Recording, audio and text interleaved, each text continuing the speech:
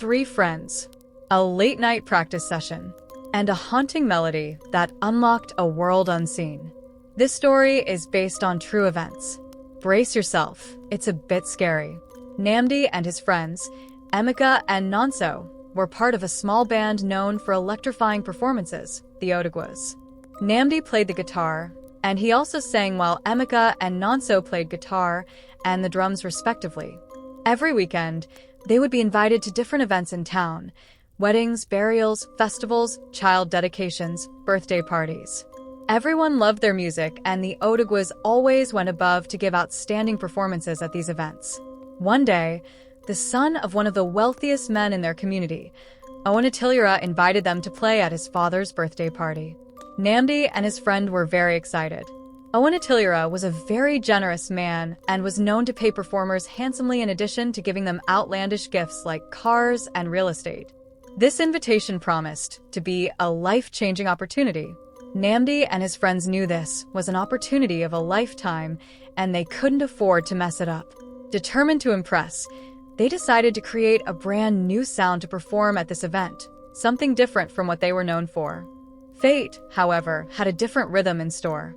They worked very hard to come up with new songs and beats. They usually rehearsed in the late afternoon. But on this fateful day, their usual practice space was only going to be available from 11 p.m. It was a lot later than what they were used to, but they had no other choice. They got to the place at about 11:15 p.m., settled in, and started rehearsing one of the songs. It was such beautiful music that it sounded almost otherworldly.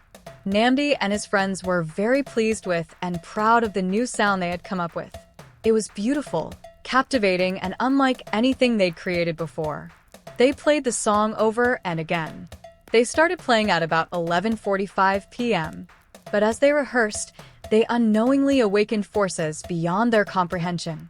As the clock ticked past midnight, a chilling realization struck. The door, which they'd shut tight and locked, creaked open. It was Emeka who noticed and immediately stopped playing. Namdi and Nonso, lost in the music, didn't notice at first until that they felt the presence of entities dancing, clapping their hands, and celebrating like they were in a party. Panic seized them. "Everybody keep playing, don't stop.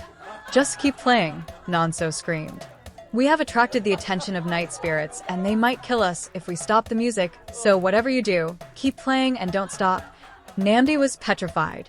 His grandfather dabbled in the occult, had told him stories about malevolent spirits who were attracted to certain types of music, especially when played at night, but he always dismissed it as some old people's myth. Now here he was hearing people he couldn't see. He could even feel their icy breath on his neck. Nonso beat his drum with his whole heart. His heart pounded, his wife and newborn flashing in his mind. Who would take care of them if anything happened to him? He and his wife, Nkiru, had so many plans for their family. He decided he was going to stay alive, and so he kept beating the drum.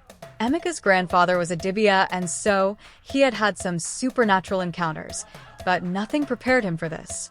He wanted to live to be able to tell this story, so he strummed his guitar like there was no tomorrow. They just had to keep playing. With every note, they unwittingly bound themselves to the ghostly dance macabre. At about 4:45 a.m., the musicians were completely exhausted. They almost fainted, but stopping wasn't an option. Legend whispered that spirits usually return to their realm at dawn after roaming the earthly realm. With dawn on the horizon, they endured, clinging to life with every strum and beat. As the clock struck 5, the tension became unbearable. Suddenly, the door swung open and the spirits danced out of the room like they had danced in. The musicians heard them chuckling, whispering, and laughing. It felt like the spirits were mocking them. The musicians played on. They continued playing until the last spirit left with the first rays of dawn. The door slammed shut. A haunting silence descended. The strings on Namdi and Emeka's guitars snapped, and Nonso's drum broke. Too terrified to speak, Namdi and his friends stared at each other. Emeka and Namdi had horrible blisters on the tips of their fingers, and Nonso felt an agonizing pain in his arms. They tried to make sense of what they had just experienced, but none of it made sense. They were glad to be alive. They couldn't fulfill their obligation to play at Onatilira's party, and everyone was disappointed. That one incident scarred them so much that none of them ever picked up an instrument after that. The once vibrant band never played another note. The lucrative gig was a distant memory, replaced by the chilling echo of a night they played for spirits. I hope you enjoyed this true story. Have you ever felt the presence of something beyond explanation? Please share your stories in the comment section, and remember to like and subscribe for more spine-tingling content. Until next time, may you tread cautiously in the realms of the unknown.